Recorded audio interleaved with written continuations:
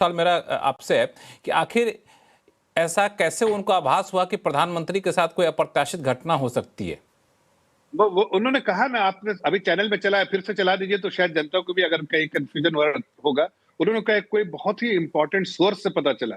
भाई वो पार्लियामेंट में बैठे, वो उसके सबसे इंपॉर्टेंट आदमी है, तो उनको अगर चेयर को पता चला कि कुछ ऐसी चीजें होने वाली है, इसलिए कि संज्ञान में मैं भी पार्लियामेंट में रहा, सबसे ज्यादा लोग उनसे ही मिलते हैं, चाहे अपोजिशन का हो, जो चाहे कहीं का भी हो। अगर कुछ उसको ऐसी बात पता चली तो उसकी जानकारी का ध्यान रखते हुए आनंद उन्होंने दुबे ऐसा। जी, ठीक है, ठीक है। इस पे पूजा त्रिपाठी जी का भी रिएक्शन लूंगा मैं। पूजा त्रिपाठी जी आपके पास आता हूं, एक मिनट आनंद दुबे जी को जोड़ लिया। आनंद दुबे जी, पूरे घटनाक्रम 2 दिन से जो हालात बने हुए संसद के और प्रधानमंत्री के इस भाषण के बाद जो प्रतिक्रिया आई है, कैसे देख रहे हैं आप?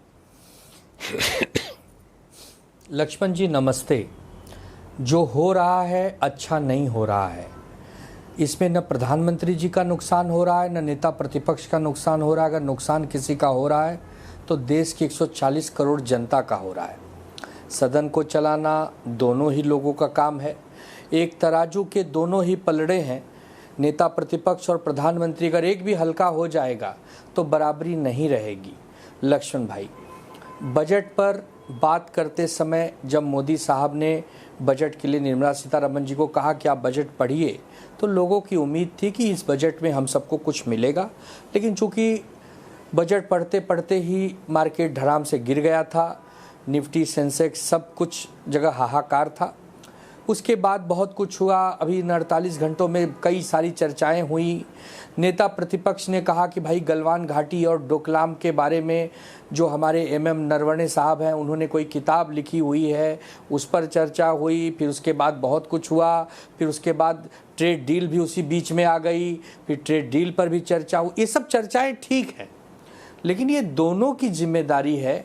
सईद जफर इस्लाम साहब के पार्टी की भी जिम्मेदारी है और प्रियंका जी के पार्टी की भी जिम्मेदारी है कि दोनों ही लोग शांति से इस देश को चलाएं, क्योंकि दोनों की जिम्मेदारी है। दोनों कहीं ना कहीं उसमें हिस्सेदार हैं उस लोकतंत्र में। तो हम तो यही चाहेंगे। सुनिए लक्ष्मण जी, मैं राजनीति बातें आज कम करना चाहूँगा। मैं ये चाहूँगा, हमारी पार्टी ये चाहेगी कि कम से कम एक स्वस्थ बहस तो होती इस सदन में। पिछले कई वर्षों से देखा जा रहा है कि जिस ढंग से बहस होनी चाहिए नहीं हो पा रही है। एक बार आप फेल हो जा रहे हैं, 2 बार आप फेल हो जा रहे हैं, तो बैठिए, संवाद करिए। प्रधानमंत्री और नेता प्रतिपक्ष क्या एक साथ बैठ नहीं सकते इस देश में? अगर नहीं बैठ सकते, कसम खा लिए हो तो कोई बात ही नहीं है। और अगर बैठ सकते हो, एक दूसरे की बात सुन सकते हो, एक दूसरे के साथ संवाद कर सकते हो, तो करो। यही समय है, सही समय है। जिस ढंग से हिंदुस्तान दुनिया की निगाह में आगे बढ़ रहा है, जिस ढंग से हमारी ताकत बढ़ रही है, लोगों को पसंद नहीं आएगी। लोग तो चाहेंगे कि हम आपस में लड़ भिड़ें, लेकिन हमें नहीं लड़ना है। कांग्रेस पार्टी, बीजेपी ये कोई देश के दुश्मन नहीं है। दोनों ही देश को पसंद करते हैं, दोनों ही देशभक्ति की बात भी करते हैं। गड़बड़ कहाँ है लक्ष्मण भाई? एक नेता होने के नाते, एक राजनीतिक सामाजिक जीवन का कार्यकर्ता होने के नाते हमें तो कहीं गड़बड़ नजर नहीं आ रही है। न तो मोदी साहब की किसी को कब्र खोदने की आवश्यकता है, ऐसी भाषा का भी हम विरोध करते हैं। और अगर कोई राहुल गांधी जी को अबोध बालक कह रहा है सदन में जेपी नड्डा साहब के मुंह द्वारा, हम उसका भी निषेध। मत कहिए यार। दोनों बड़े हैं, दोनों कई बार से सांसद हैं, दोनों इस देश को चाहते हैं। तो अब एक रास्ता निकालो। ये कब तक होगा? क्या स्कूल के बच्चे हो? स्कूल के भी बच्चे बहुत समझदार होते हैं सोशल मीडिया के जमाने पर। दोनों साहब रास्ता निकालने यही आके लक्ष्मण जी आपको निष्पक्ष होना होगा। यही निष्पक्ष होना होगा। दोनों की जिम्मेदारी है। कमी अगर है उसे सुधारो। जफर भाई, आप हमारे बड़े भाई हो, हम आपके छोटे भाई हैं। कुछ हमसे गलती है तो हमें बताओ, उस गलती को सब सुधारेंगे। आप में कुछ कमियां हैं, कुछ अहंकार है, हम दिखाएंगे, आप उसे सुधारो। लेकिन गरिमापूर्ण व्यवहार बनाओ, वरना आने वाली पीढ़ियां जो राजनीति में आना चाहती है ना, वो शर्म के मारे इस राजनीति को दूर से भाग जाएंगी देखकर। वो नहीं आना चाहेंगी। ऐसे सदन चलता है। एक आदमी बोल रहा है तो दूसरा चिल्ला रहा है, दूसरा बोल रहा है, तीसरा चिल्ला रहा है। ये क्या बना रखा है आप लोगों ने? आप लोगों की जिम्मेदारी है, सरकार और विपक्ष दोनों की। हमारे पास तो केवल 9 सांसद है। जैसा आप लोग एक चरित्र प्रस्तुत करोगे हम उसको फॉलो करेंगे। हम तो कुछ ऐसा अभद्रता नहीं करने वाले हैं, लेकिन कम से कम आप एक उदाहरण पेश करो कि अच्छे से सरकार चले। जब चुनाव आएगा एक दूसरे के कपड़े फाड़ डालना। आज कोई चुनाव नहीं है, आज तो सदन की बात है। करोड़ों रुपया लगता है उसमें। लक्ष्मण भाई, जफर इस्लाम साहब और फिर पूजा त्रिपाठी, दोनों लोग अपना रिएक्शन दे दीजिए, फिर मैं बाकी 2 मेहमान हैं शुभंकर और सज्जन जी, उनके पास जाऊंगा। देखिए, मैंने कहा था ना कि दुबे जी दिल से तो देश हित की बातें ही करते हैं। आज इनको उनके दर्द हो रहा है, दिल में दर्द हो रहा है। मैं समझ सकता हूँ, उनकी पीड़ा समझ सकता हूँ, लेकिन मैं उनको बता देता हूँ, उनको इस बात का संज्ञान उनके लाना चाहता हूँ कि देखिए, एक बिजनेस एडवाइजरी कमेटी होती है जो चर्चा करने के लिए उसमें ही डिस्कशन होता है।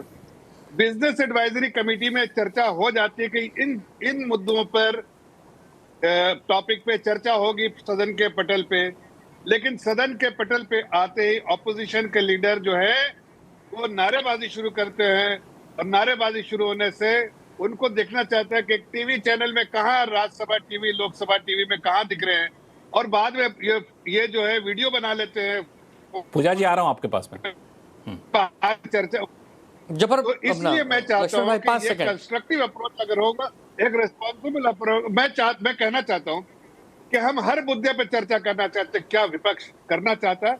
एक रिस्पॉन्सिबल पार्टी के सोल्जर होने के नाते, स्पोक्स पर्सन होने के नाते, फॉर्मर एमपी होने के नाते मैं कहना चाहता हूँ कि हम वाकई चर्चा करना चाहते हैं हर मुद्दे पे, लेकिन क्या अपोजिशन चाहता है, ये जरा पूछिए। नहीं, अपोजिशन ने जब ये मुद्दा उठाया जफर साहब कि हमें नरवणे की किताब पे कही गई बातों पे चर्चा करनी है, जवाब मांगा, तो कोई आप लोगों की तरफ से आश्वासन तो आया नहीं कि ठीक है अभी राष्ट्रपति भाषण पर अभी चर्चा कर लेते हैं, आगे चल के फिर भी चर्चा कर लेंगे। रूल 349 पार्लियामेंट के रूल बुक पर, उसमें अलाउ नहीं होता है कि जो चीज पब्लिश ही नहीं हुई उसके हवाले से कोई चर्चा हो। ये रूल है भाई। आनंद दुबे साहब के पास आऊंगा, पूजा त्रिपाठी जी के पास जाने, वरना आरोप लगाएं कि आप हमें नहीं बोलने देते हैं बीजेपी वालों को ज्यादा। आपके पास आ रहा हूँ, आपके पास आऊँ आनंद दुबे जी, या पूजा त्रिपाठी जी अपनी बात खत्म कर लेते फिर आपके साथ। हाँ लक्ष्मण जी, आप आनंद जी को वक्त दे दीजिए, मैं आपके बात बोलूं। चलिए आनंद दुबे जी आप बोल लीजिए। चलिए देखिए, ये सामंजस्य, ये तालमेल होना चाहिए लक्ष्मण जी दलों में। हाँ, बहुत अच्छी बात, स्वागत योग्य।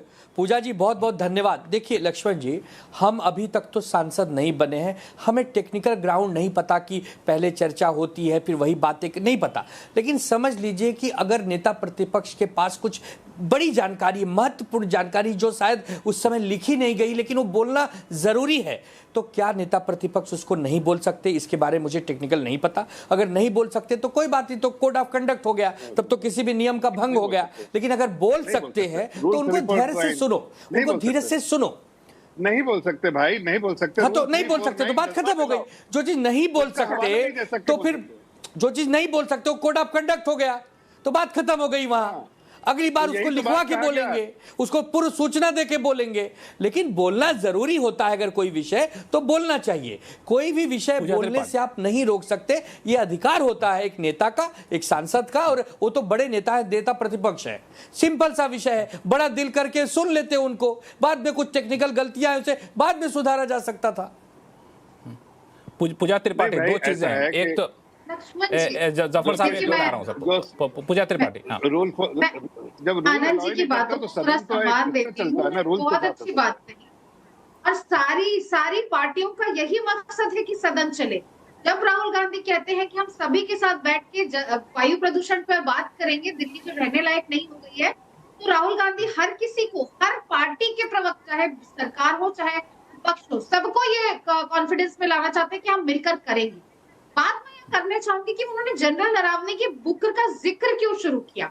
बुकर का जिक्र इसलिए शुरू हुआ कि राष्ट्रपति के अभिभाषण पे चर्चा हो रही थी, उसमें तेजस्वी सूर्या राहुल गांधी नेता प्रतिपक्ष से पहले बोलने आए और कहते हैं कांग्रेस का शहजादा 99 हो गया है, 100 होने वाला है। आप राष्ट्रपति के अभिभाषण पे बात कर रहे हैं ना, आपने सदन को ये मी वर्सेस यू किसने बनाया? ये भारतीय जनता पार्टी ने बनाया। ये सदन का ही कन्वेंशन था कि जब 1962 में इंडो चाइना वॉर चल रहा था और अटल बिहारी वाजपेयी ने सेशन मंगाया था, तो आर्मी चीफ ने और एक्सटर्नल अफेयर्स ने मना किया था सेशन देने से, पर नेहरू जी ने कहा था कि सदन का व्यक्ति हर व्यक्ति को रिप्रेजेंट करता है भारत का, तो उन्हें पता होना चाहिए, अगर हम हार भी रहे तो उन्हें पता होना चाहिए। आज नेशनल सिक्योरिटी का मामला, अगर चाइना के बारे में कोई बात करनी चाहिए और रूल 349 की बात हो रही है, ये बात है कि जब आप ऑथेंटिकेट कर देते हैं, राहुल जी ने तो ऑथेंटिकेट करने के लिए भी डाल दिया सदन के स्पीकर के पास।